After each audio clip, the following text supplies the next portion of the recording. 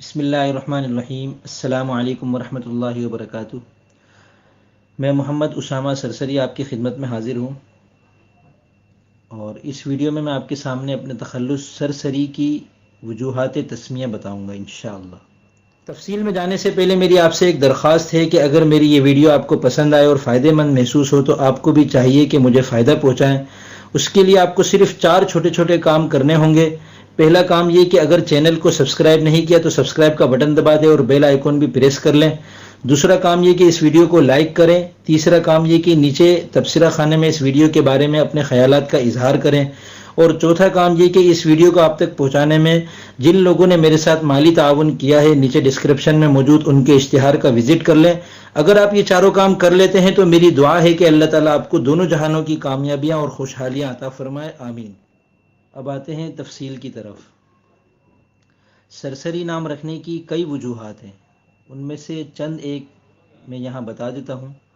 سب سے بڑی وجہ میری یہ عادت ہے کہ اہم ترین باتوں کو بھی میں سرسری لیا کرتا ہوں، اور دوسری وجہ محمد اسامہ جس طرح غیر منقوط ہے اسی طرح لفظ سرسری میں بھی نقطہ نہیں ہے۔ تیسری وجہ اسامہ اور سرسری میں سین کی خوبصورت تکرار موجود ہے۔ اسامہ سرسری، سین کی خوبصورت تکرار کی وجہ سے سرسری تخلص رکھا۔ چوتھی وجہ علم عروض کے مطابق 5 حرفی ارکان 2 ہیں، فعول اور فاعل۔ اسامہ فعول ہے جبکہ سرسری فاعل، تاکہ حسب سہولت کسی ایک کو مقطع میں لانا آسان رہے۔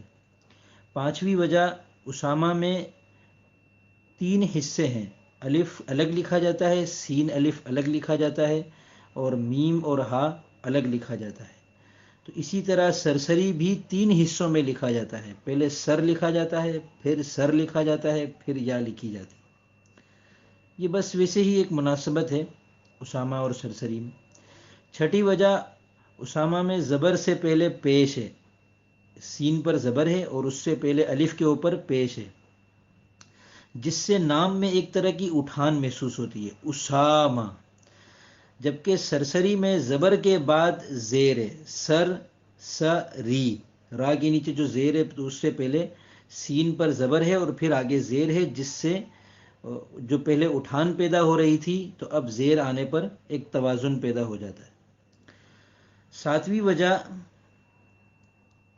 کئی وجوہ سے مکمل نام ایسا رکھنا مفید رہتا ہے جو دنیا میں کسی کا بھی نہ ہو، بالخصوص شاعری کی دنیا میں گوگل اور فیس بک سرچنگ میں یہ چیز مزید سود مند ثابت ہوتی ہے۔ اب محمد اسامہ سرسری اگر لکھیں تو انشاءاللہ میرا نام ہی آئے گا فی الحال۔